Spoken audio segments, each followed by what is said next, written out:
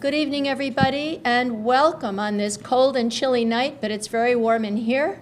My name is Artemis Kirk, University Librarian, and it's a great pleasure to welcome all of you, particularly the members of the Jesuit community, the Society of Jesus at Georgetown, faculty members, students, and library associates, to the first of our spring events for the Georgetown Library Associates. We're particularly pleased to be doing our annual celebration of the Society of Jesus during Jesuit Heritage Week. You will find some brochures for all of the other programs that are going on the campus during this week, and I hope you will take one of them and come to some of these other wonderful events. This year is a particularly special one, as it marks the 200th anniversary of the restoration of the Society of Jesus. You may know that the Jesuits were suppressed from the church in the 1760s and twice more in 1834 and 1932.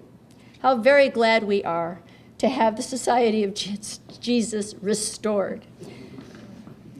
You're going to hear a great deal more from one of our Society of Jesus experts, Father John O'Malley. You're also going to see some of the materials that we have on the Society of Jesus in our Special Collections Research Center at the Lowinger Library. These are treasures that are going to be shared with you tonight, and Father John O'Malley will provide even more background into how these rare items are related to the Society of Jesus. Father O'Malley is well known to many of you here. He is a member of the Society of Jesus, a professor in the Theology department at Georgetown, but he's also a preeminent religious scholar and accomplished author. He specializes in the religious culture of early modern Europe, especially Italy. He is well known for his books, The First Jesuits and What Happened at Vatican II, and his most recent book, Trent, What Happened at the Council, was just published this past year. He has also edited or co-edited a number of volumes, including The Jesuits and the Arts. Father O'Malley has lectured widely in North America and Europe and has held many fellowships from academic organizations. He's a past president of the Renaissance Society of America and of the American Catholic Historical Association. He's a member of the American Academy of Arts and Sciences, the American Philosophical Society, and the Accademia di San Carlo at the Ambrosian Library in Milan, Italy. He's the recipient of 3 Lifetime Achievement Awards from the Society for Italian Historical Studies, the Renaissance Society of America, and the American Catholic Historical Association. Before I invite Father O'Malley to give us what's going to be a scintillating talk, I want to thank all of you who are members of the Georgetown Library Associates. Your sponsorship of the library helps us present programs just like this. I invite you to join the Library Associates if you're not yet members. We always welcome your participation. This is a particularly important year for the library and for the university. We are in the midst of a capital campaign, and now more than ever, as we work to build the library of the future, we can certainly need your help, your involvement, and your support. So keep your cards and letters coming in, friends. I also want very much to thank the Georgetown Library staff who have worked so hard to put this program together, even during a very cold night and with a bit of adversity, which you can see in front of you with lots of wires for us to step over. So many thanks to Annie Lorenzana, Jenny Smith, David Hagan, and many other people. It's now my great pleasure to welcome Father John O'Malley.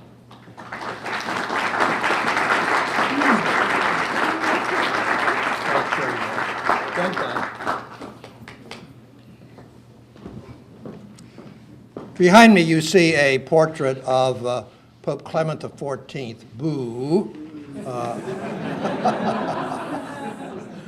He's the one who did the dastardly deed.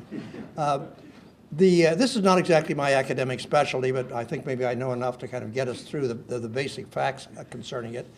There is an exhibit in the library of some of the special artifacts that the library has pertinent to the Society's suppression and restoration. And John Buchtel, are you here? Yes. And did you bring some things tonight? I have a few things. Okay, so there'll be a few things, yeah, on display. The actual artifacts themselves during the reception, so something to take a look at. There's going to be a little slide projection, which I will do after I finish speaking. I think it'll be less distracting that way, just to give you some idea of some of the pieces that are in the library.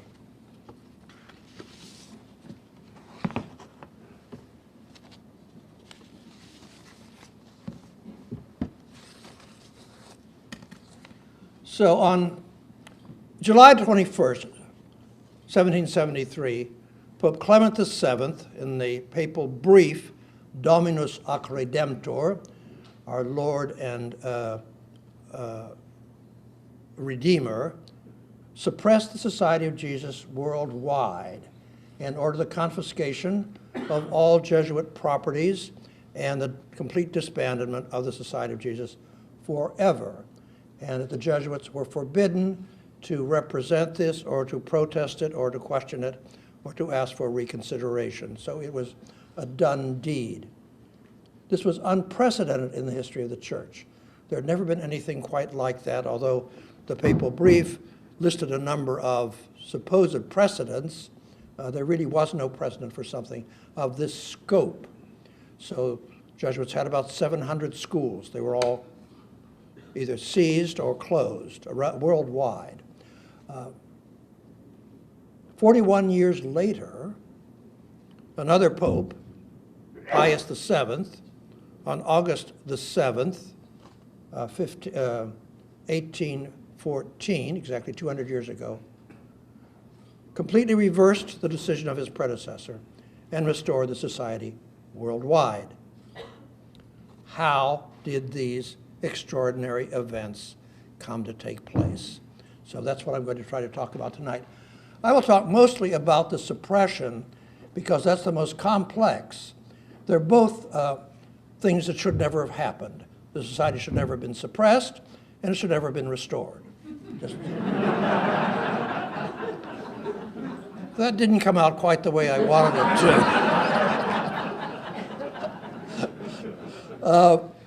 to. So what was the situation of the Society of Jesus, let's say the year 1700, so after 150 years? It seemed to be doing just splendidly. As I mentioned, the Jesuits had about 700 schools worldwide, all different levels. They were known for their literary gifts, for their science, their ability to deal with science, even the modern questions raised by Galileo and Copernicus and so forth. They were dealing with that and seemed to be in a fairly satisfactory way by this time. There were some splendid Jesuit artists. Andrea Pozzo, who's now getting the recognition he deserves, died in 1702, great person for perspective and promoting Baroque art.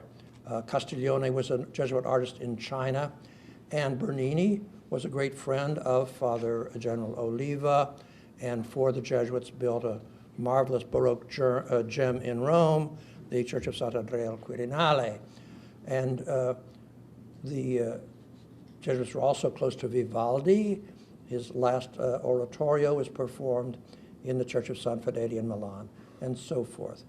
So the Jesuits seemed to be doing fine. Of course, there were problems, there always are. What are some traits of the Jesuits that caused puzzlement or fear or envy?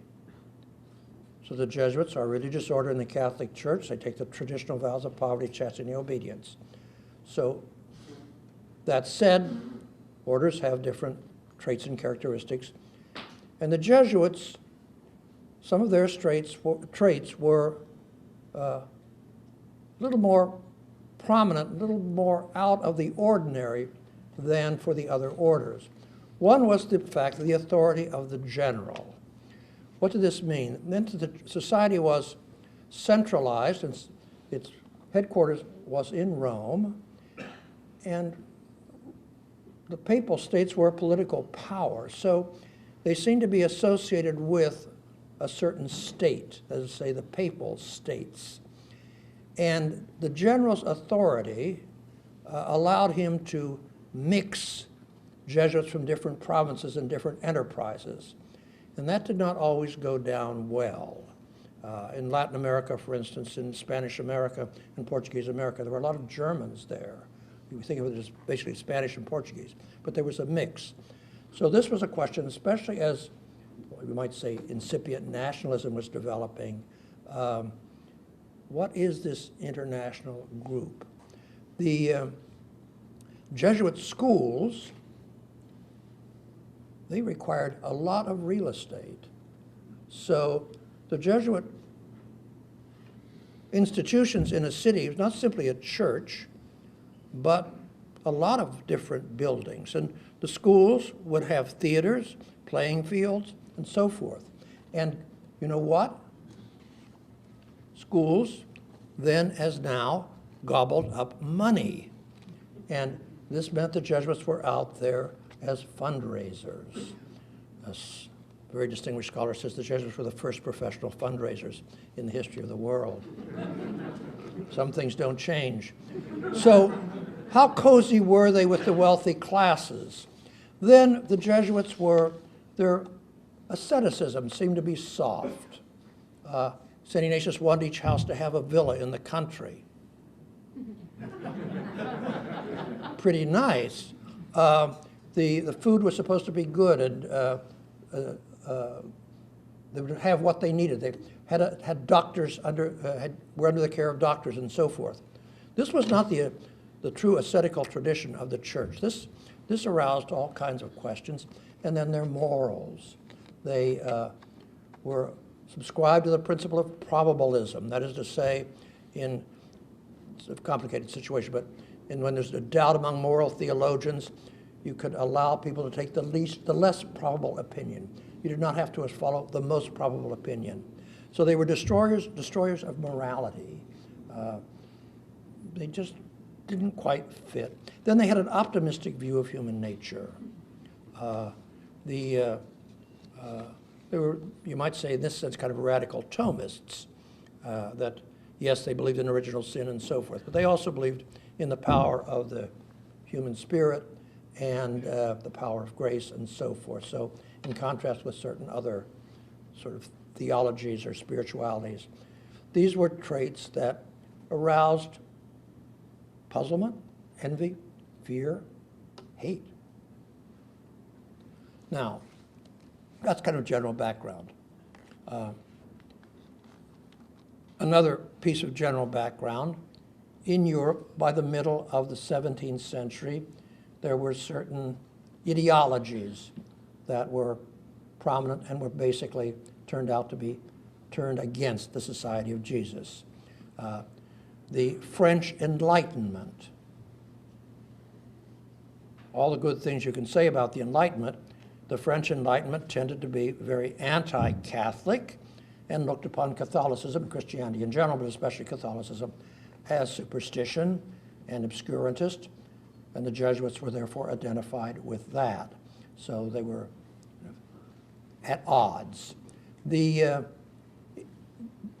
give it the title of Gallicanism, but it had all kinds of forms in other countries.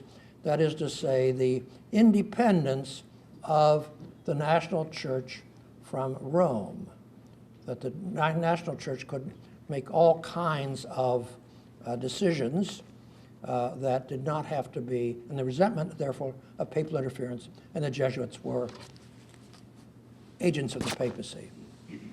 And then there's another one which I'll come to later. 3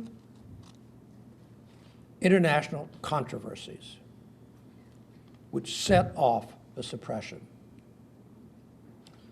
The Chinese rights controversy, the controversy with the Jansenists, and then the War of the 7 Reductions. So, what was the Chinese rights controversy? When the Jesuits moved into Japan eventually, and then into China, they adopted a rather radical program, what today we would call inculturation or acculturation. And In Japan, for a long time, they were the only religious order there. When other religious orders came in, problems developed. The same thing in China. So the Jesuits entered China in the late 16th century. In 1640, the Dominicans and Franciscans arrived. One aspect in China of the acculturation was what was known as Chinese rites controversy. The Jesuits maintained that the traditional signs of reverence and veneration for ancestors and for Confucius were not religious, but were strictly civic, and therefore they could be allowed to Christian converts.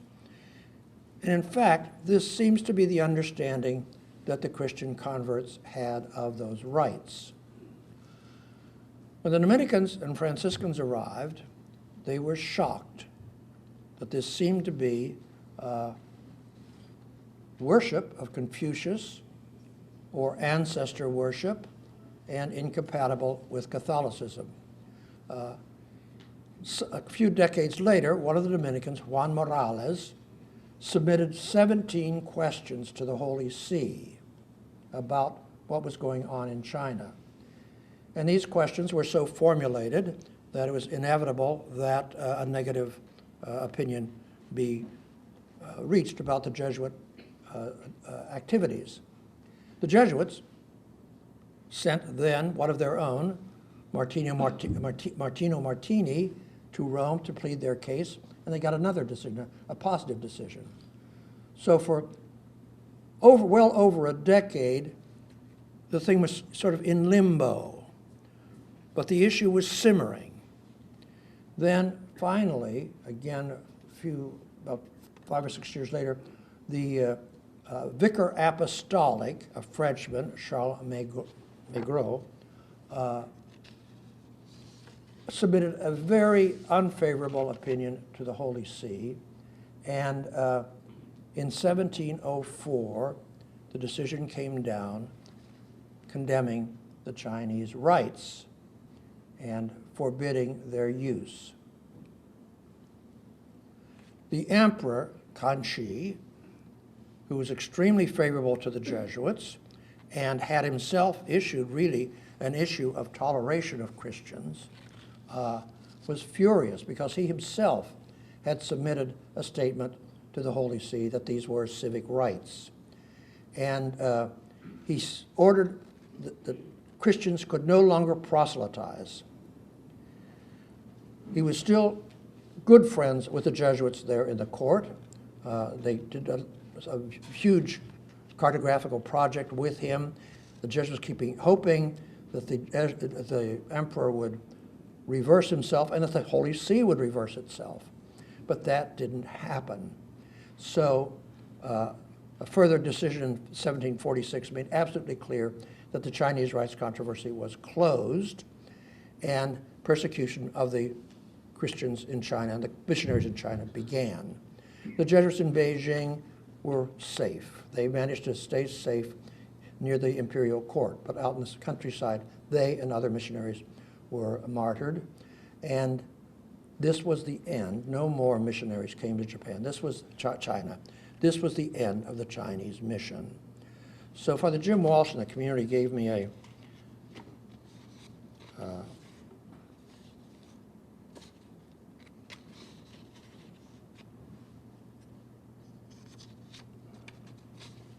is it here? An epitaph that the last Jesuit wrote for himself. He didn't die until 1805. Go away, traveler. Congratulate the dead. Console the living. Pray for all. Behold, and be silent. So that was a tragic end of a Christian activity in China until later in the 19th century. That's only one piece of it. Even more important is sort of the European side of it. This was a big European controversy as well. Were the Jesuits right? Were the Jesuits wrong? And the flame of this controversy was fed by a number of people, but by no group more than by the Jansenists. That's our second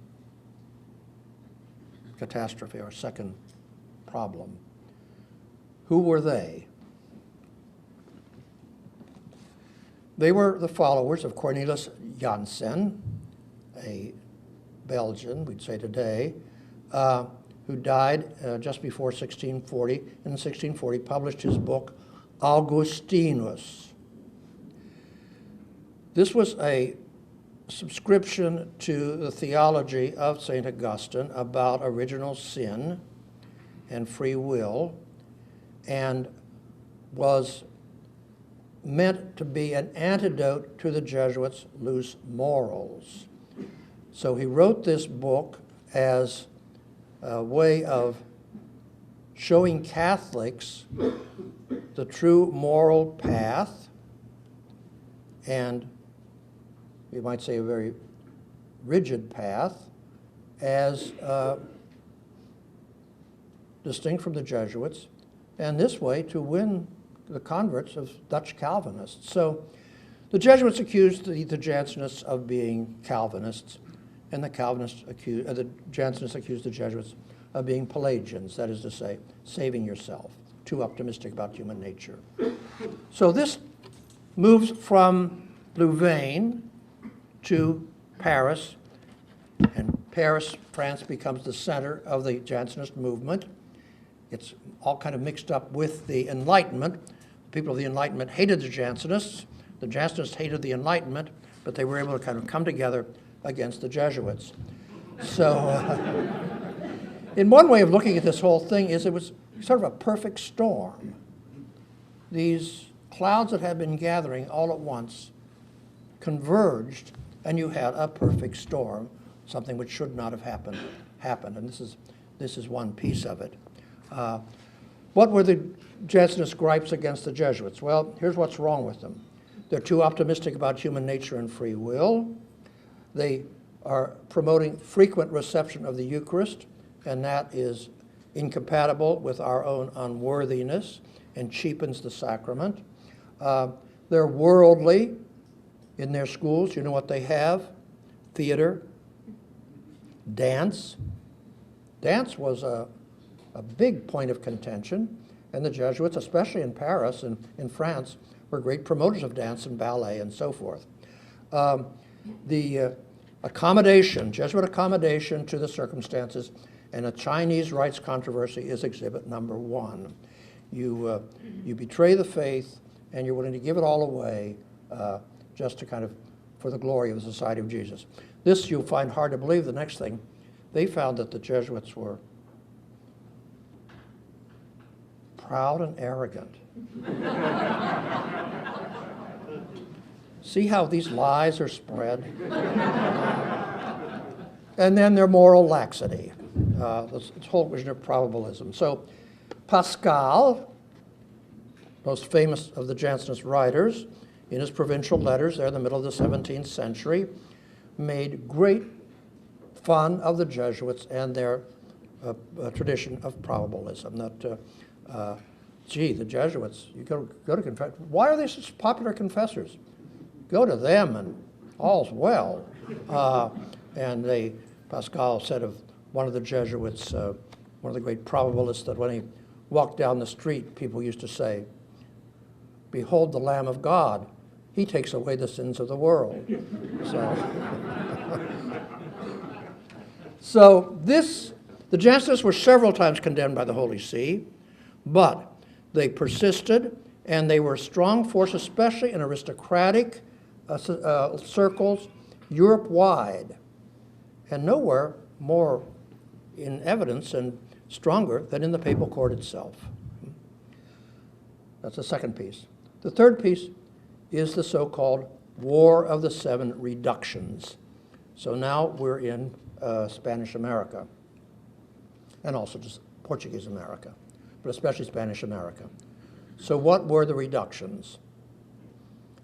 The Jesuits didn't invent this idea, but they were the great promoters of it and the great implementers of it, was to bring the Amerindians into fixed settlements, let them learn a trade, learn how to support themselves. You might say make their way in the new world that was developing around them. Also, this was a way to really evangelize them, because if they were moving from place to place, that couldn't be done. But another extremely important reason was to protect them from Spanish and Portuguese slave traders.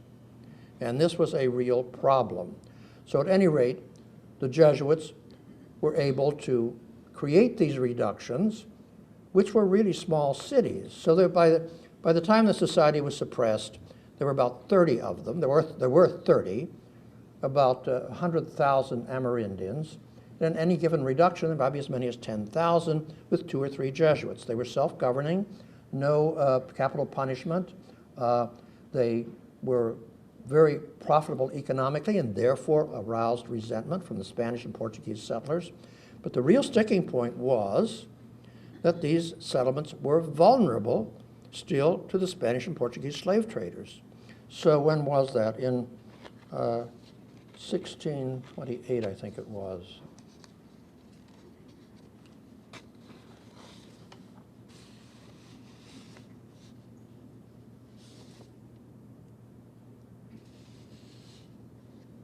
Well, 1637, a Spanish Jesuit, Montoya, went to Madrid and got the king's permission to arm the natives, so with guns. And that went on for over a century. And the Guarani militia was well respected, and they were good, fierce fighters, but they were able to protect themselves, and the raids on the reductions stopped. So what happened? 1750, the Treaty of Madrid. It's a treaty between Spain and Portugal, sort of settling some differences. And one difference was a dispute about certain territories in Spanish America. What happened was Spain ceded a portion to Portugal. In that portion were 7 reductions. And by the terms of the treaty, these reductions had to be moved now into Spanish territory. So this was agreed to by the Spanish government, the Portuguese government, by the Holy See, and the general of the Jesuits went along with this. So what did this mean? This meant uprooting these people. The Jesuits on the scene protested. They said, you can't do this. This is inhumane. It violates the Indians' rights. And we can't lead them through these jungles. They'll all die or be killed or something. It won't work. Well, they tried it in certain places. The natives wouldn't take it, rebelled, went back, and this thus broke out.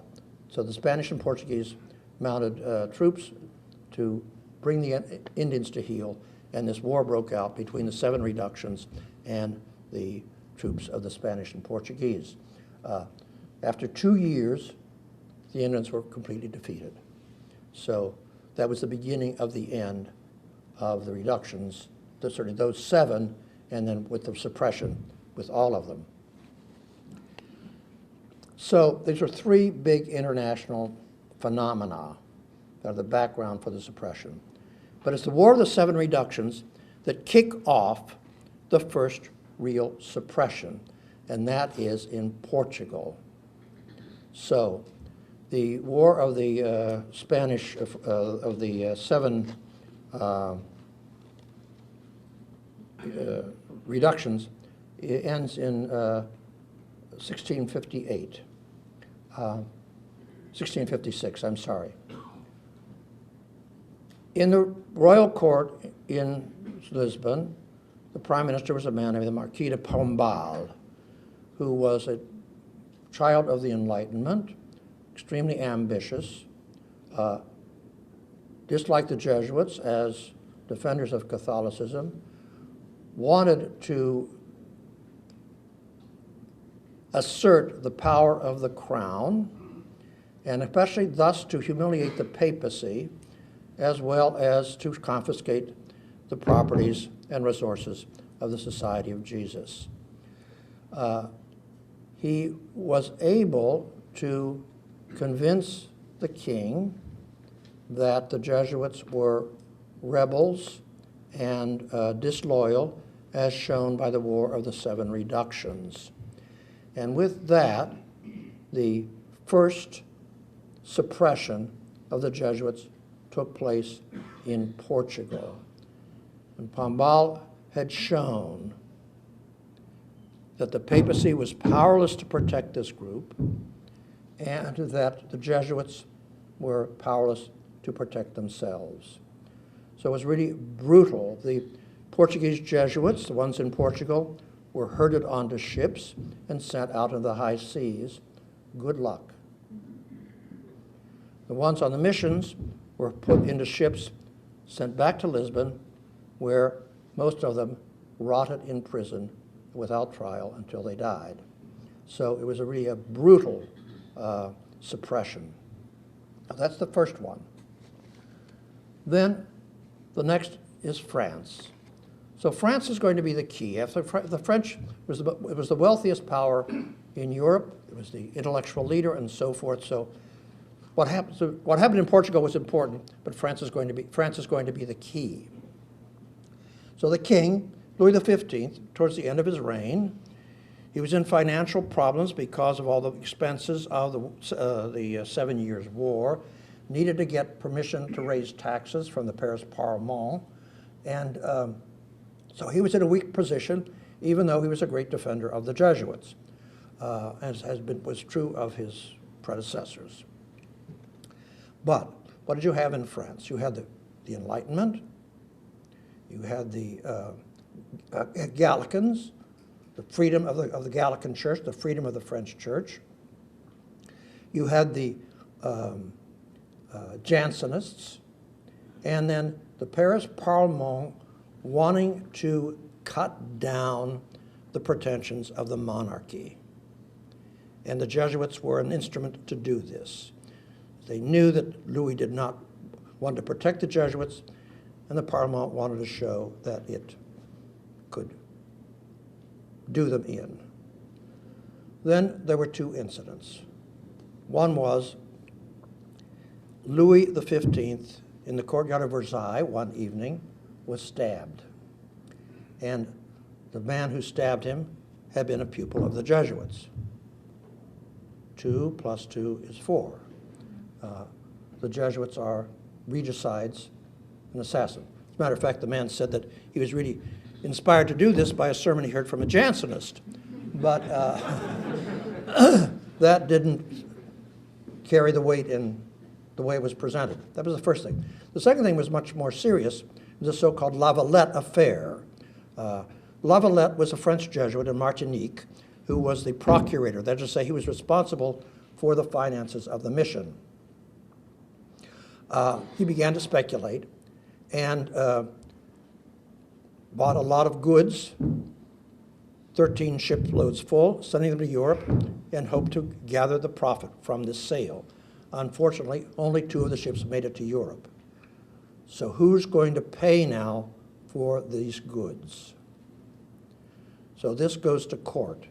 It drags on, and finally it reaches the highest court, the Paris Parlement, and as you might guess, the decision was negative against the Jesuit case. So here are the Jesuits now, their lust for gold is illustrated in this case, the Lavallette case. So the scene was set. The next year, after the decision against Lavallette, the Parlement declared, and the king had to go along with it, the banishment, the suppression of the Jesuits. Here were their crimes.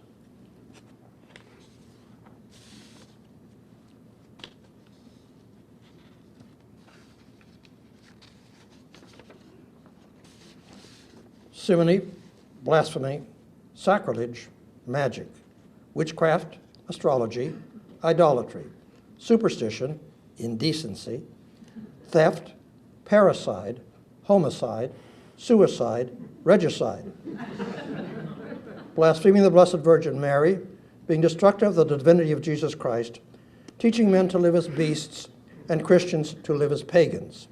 Other than that, everything was fine. So the society was disbanded in France. The French Jesuits actually were treated probably better there than they were in most other places, but that was the tipping point. The next crown to go was the crown of Spain, and again there was an incident. There was an attempted stabbing of Joseph I, and the pattern had been set. So the king ordered the suppression of the Jesuits, and again they were treated extremely brutally. The Spanish Jesuits, again, put on ships and sent out to sea. Good luck. So it was a capital crime. It was high treason to protest their suppression. There was no way. And then you had, there were the prelates and so forth were basically creatures of the crown. They were not going to make a wave, and they could profit from the Jesuit holdings and the confiscation of the Jesuit properties. So the big prize was yet to be won. That was the worldwide suppression by the papacy. Clement XIII protected the Jesuits as best he could and kept protesting their innocence. But he died, and a conclave had to be held, which went on for 3 months, 185 ballots, and the issue was the fate of the Jesuits. Finally, a man by the name of Ganganelli took the name of Clement XIV, and he was elected. What about him? Well, I think, to be fair, he did not want to suppress the Jesuits, but he wanted to be Pope. And so, some way or other, he let it be known that the Jesuit issue would be handled in the right way. And when he was elected, the King of Spain ordered a Te Deum to be sung, because the prize had been won. Well, Clement resisted for 4 years. But then finally, in July of 1773, he issued the bull, Dominus Ac Redemptor. Bull's it's a papal brief, I'm sorry. It goes on for a long time. Part of it is, long part, is citing all the precedents for such an action. Pretty thin soup, historically speaking. Then a list of all the problems that the Jesuits had had with the Holy See and the disturbances they caused in the church. Then finally come the crucial words.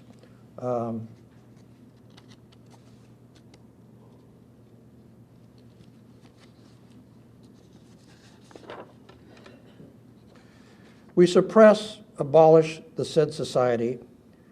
We deprive it of all activity whatever, and we likewise deprive it of all its houses, schools, colleges, hospitals, lands, in whatever kingdom or province they may be situated. As I said, appeal from it was forbidden, and any protest was also forbidden.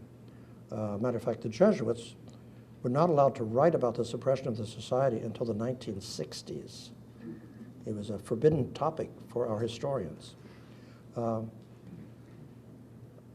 month after the official promulgation of the bull, the papal police appeared at the Jesuit headquarters in Rome, seized the general and his assistants, and threw them into the Castel Sant'Angelo, the papal prison, where Father Ricci, Lorenzo Ricci, was treated with extraordinary severity. His rations cut in half. He was not allowed any heat in winter, and he was not allowed any sunlight. He died still protesting his innocence and the innocence of the Jesuits.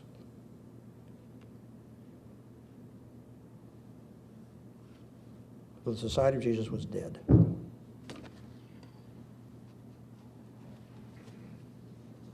But we're a sneaky crowd.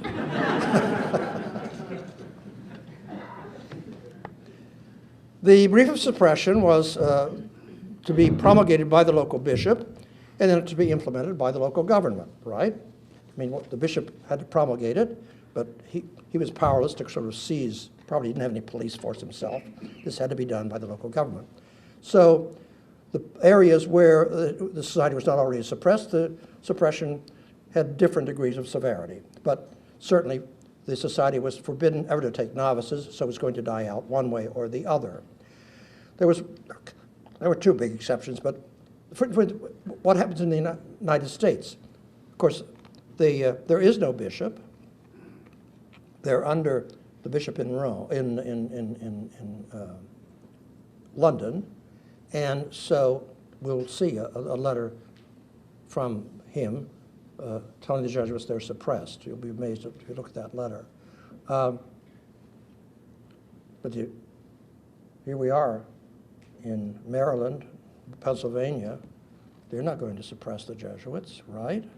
And then after 1776, the new country's not going to suppress the Jesuits. 1789, no. So the Jesuits suppress themselves in conscience. They write, they submit, yes, we accept this. Now, there's another place I have to take a look at, and that is Poland, or Belarus, or Russia.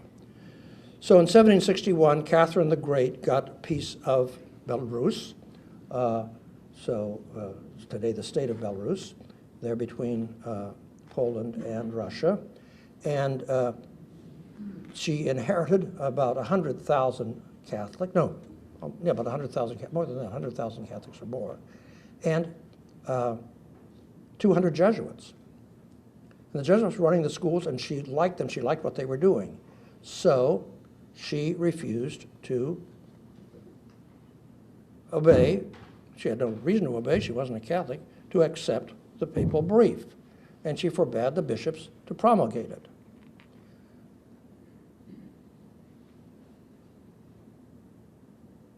So where does this leave the Jesuits? Are they suppressed or aren't they suppressed? She won't let them suppress themselves.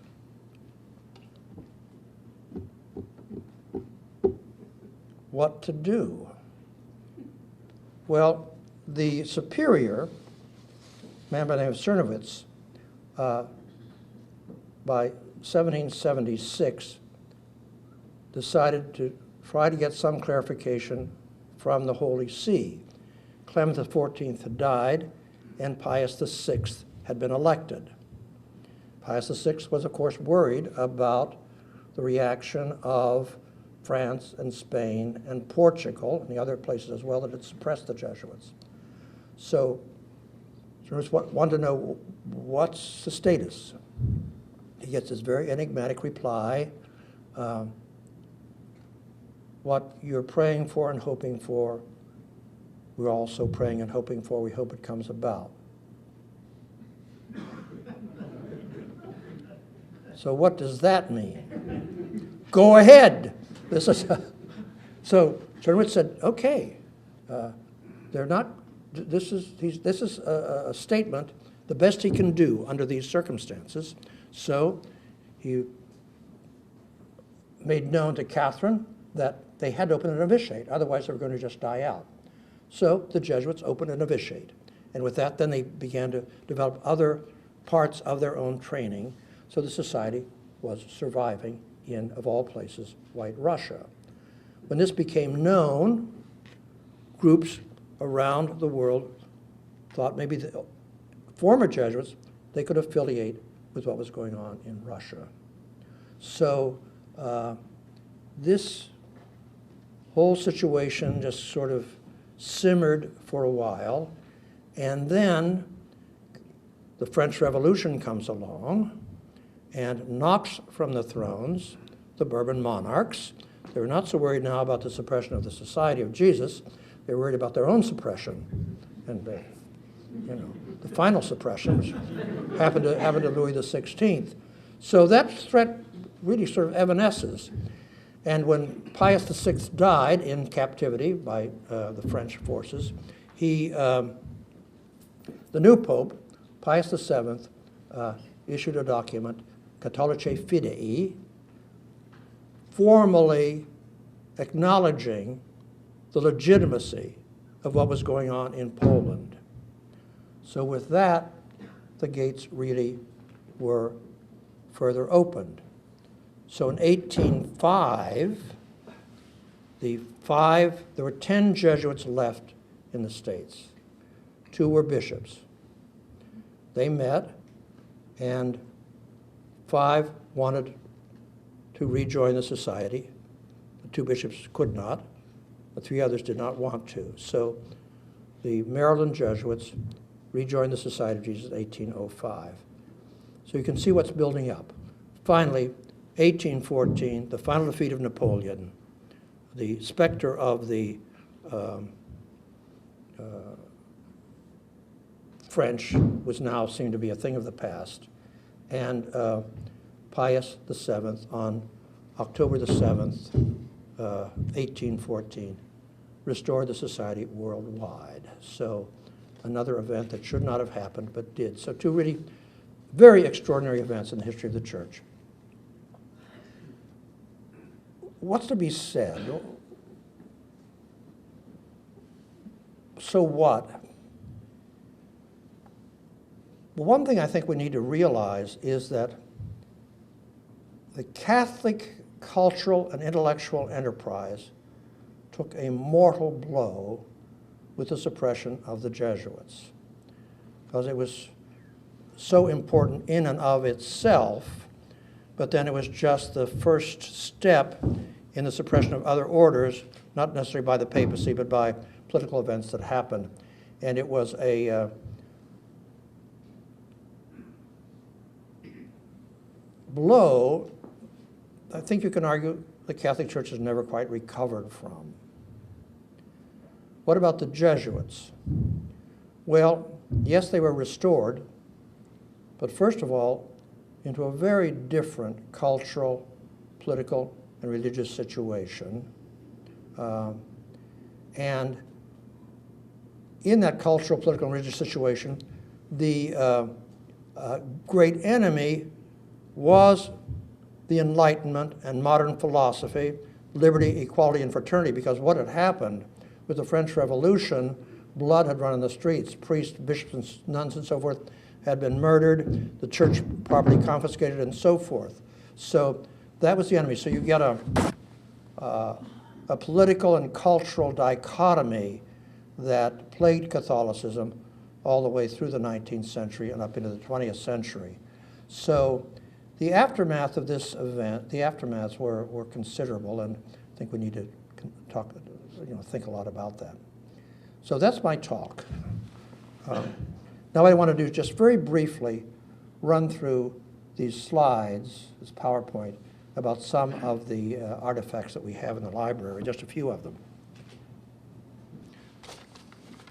Well, as I mentioned, this is Clement XIV, Ganganelli, who suppressed the society, so that's the frontispiece of one of the library books.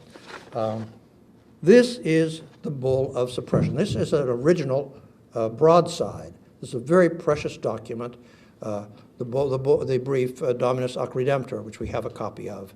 I don't know whether John's showing that tonight or not, are you? I've got it here. Yeah, it's here, so you can see it, see the real thing in a few moments. This is the letter that Bishop Challoner sent to the Maryland Jesuits, telling them that they're suppressed. It looks like a, sort of a memo that you might write to the milkman or something. Can you believe it? See if I can read it here. To obey the orders I have received and notify you by this present of the total dissolution of the Society of Jesus. So it's finished. Bye-bye. Hope you have a nice day. This is the bull for the implementation of the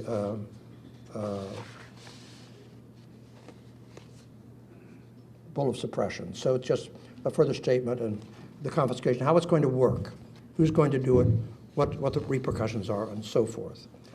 And then what we have is a, oh yeah, this is interesting. This is a book of meditations for Jesuit scholastics, printed for them in Poland.